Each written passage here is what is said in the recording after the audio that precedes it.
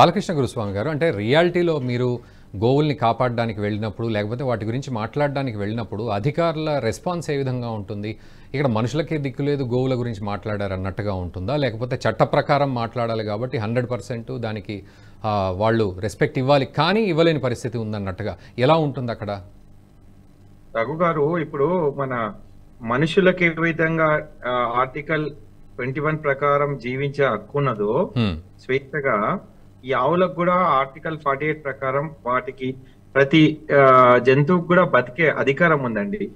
అయితే మేము అంటే ఈ అఫీషియల్ గా వీళ్ళందరినీ కలిసినప్పుడు వాళ్ళు చాలా బాగా స్పందించి మేము చట్టాన్ని అమలు పరుస్తాం, మేము ఖచ్చితంగా ఇది మా బాధ్యత, మేము ఆల్రెడీ మీటింగ్స్ పెట్టాము, ఇలాంటి ఎన్నో మాటలు మాకు అందరు చెప్పడం జరిగింది. అందరు కమిషనర్లు చెప్పారు, డీజీపీ గారు కూడా చెప్పారు. కానీ ప్రాక్టికల్ గా మా బాధ ఏంటంటే మేము కూడా అక్కడ నుంచి చంకలు గుద్దుకొని వచ్చినాం. వారు మాట ఇచ్చిర్రు, ఈసారి ఎట్టి పరిస్థితుల్లో ఏ ఆవు కూడా హైదరాబాద్ కు రాదు అని చెప్పి సంతోషంతో సాక్షాత్ ముఖ్యమంత్రి గారు కూడా నేను దీనిపైన చర్యలు తీసుకుంటాను మాకు మాట ఇచ్చినప్పుడు మాకు ధైర్యం వచ్చింది.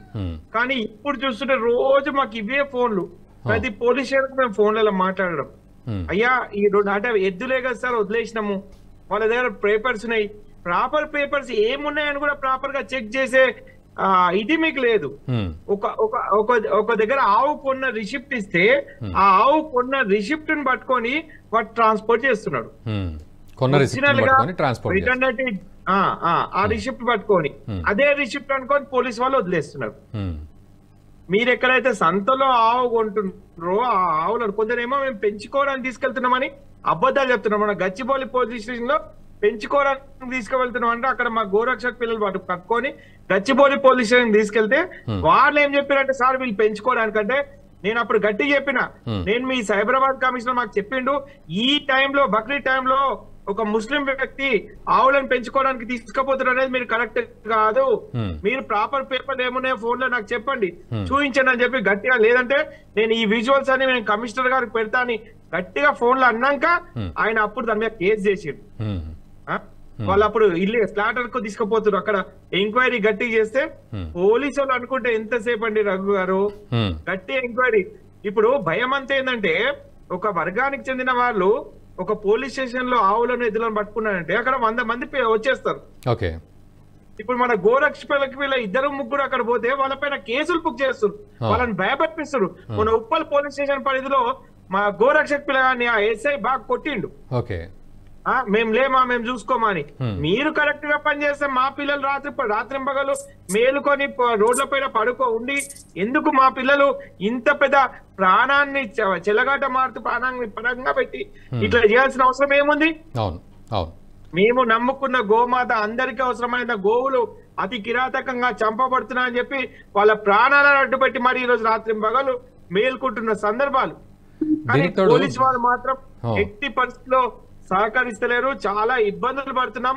మాకు మాటలు చెప్తున్నారు కానీ చేతలలో మాత్రం ఎట్టి పరిస్థితుల్లో పోలీసు వారు సహకరిస్తలేరు అని చెప్పి 100% నేను చెప్పగలుగుతాను. బాలకృష్ణ గురుస్వామి గారు, దీనికి తోడు మీరు ప్రాక్టికల్ గా ఇట్లా వెళ్తూ ఉంటారు కాబట్టి, అంటే ఎప్పుడైనా పట్టుకున్నప్పుడు ఆ గోవుల్ని ఎక్కడ ఉంచుతారు ఫస్ట్ ఆఫ్ ఆల్? ఎందుకంటే మొన్నటికి మొన్న ఆ పోలీసు అతను చెక్ పోస్ట్ దగ్గర పట్టుకుని ఆ కంటైనర్లోనే ఆవుల్ని రాత్రంతా ఉంచడం వల్ల పొద్దున చాలా వరకు శ్వాస ఆడక చనిపోయిన సందర్భాలు ఉన్నాయి. నిజంగా అంటే ఆ కంటైనర్లను ఎక్కడ పెడతారు, ఆ తర్వాత వాటిని పట్టుకున్న వాటిని ఎక్కడికి తరలిస్తారు, ప్రాక్టికల్గా ఎలా ఉంటుంది? లేదండి, ఇప్పుడు ప్రతి దగ్గర చెక్ పోస్ట్ పెట్టిన దగ్గర వాళ్ళకి ఇన్ఫర్మేషన్ ఇవ్వడం జరుగుతుంది. కొన్ని టెంపరవరీ అంటే గోశాల లాగా కొన్ని టెంపరవరీ ప్లేసెస్ పెట్టారు జిహెచ్ఎంసీ వాళ్ళు, అక్కడ వాటికి కావాల్సిన ఆహారం అవి అరేంజ్ చేస్తున్నారు. ఈ ఆవులన్నీ అక్కడికి డంప్ చేస్తారు, ఆవులైనా ఎద్దులైనా. అక్కడికి డంప్ చేసిన తర్వాత మేము డీజీపీ గారిని అడగడం జరిగింది, అయ్యా మీరు డంప్ చేస్తున్నారు, అంతకుముందు జిహెచ్ఎంసీ తర్వాత ఎక్కడ పోతున్నాయి అనే విషయం కూడా మాకు తెలుస్తలేదు. మేము మొన్న స్పెసిఫిక్ అడిగాము ఏంటంటే, అంటే డంప్ చేసే ముందు విషయం కూడా అడుగుతున్నాను సార్. ఎందుకంటే మొన్నటికి మొన్న కొన్ని గోవులు చనిపోయిన సందర్భం చూసాం మనం కంటైనర్లో, వాటి కనీసం ఊపిరాడని పరిస్థితి. వీళ్ళు ఇక్కడ పట్టుకోవడము, ఆ కేసు గురించి ముందుకెళ్లడం ఇదంతా జరుగుతుంటే గోవులు మాత్రం కంటైనర్లో ఉండి చనిపోయిన సందర్భం ఉంది. చనిపోతుంది. అవునండి. అయితే ఇంతకు ముందు ఏం చేస్తున్నారంటే కొన్ని గోశాలలకు ఎక్కడైతే నియర్ బై గోశాల ఉందో అక్కడ తరలించేస్తున్నారు పోలీసు వారు. కానీ ఇప్పుడు జిహెచ్ఎంసి పరిధిలో ఉన్న గోశాలు ఏవైతే ఈ రెస్క్యూ సెంటర్ లాగా ఉన్నాయో వాటిలోకి మాత్రమే తరలిస్తున్నారు. పక్కనే గోశాలు ఉన్నా వాటికి పంపించకుండా 10 కిలోమీటర్ల దూరంలో ఉన్న ఈ జిహెచ్ఎంసి రెస్క్యూ ప్లేసెస్ కు పంపిస్తున్నారు. అక్కడ వాళ్ళు గడ్డి అవి కొన్ని సందర్భాల్లో అక్కడ గడ్డి లేకపోతే పోయిన సంవత్సరం మేము అక్కడ ఆవులకు గడ్డి అవన్నీ సప్లై చేయడం జరిగింది. అయితే జిహెచ్ఎంసి కమిషనర్ గారు ఈ మధ్య చేంజ్ అయ్యారు, జోనల్ డేవిస్ గారు అని చెప్పి మాకు 2-3 రోజుల నుంచి వారిని కలవడానికి ప్రయత్నం చేస్తున్నాం, వీలు కాలేదు. రేపు ఖచ్చితంగా వారిని కూడా కలుస్తాము.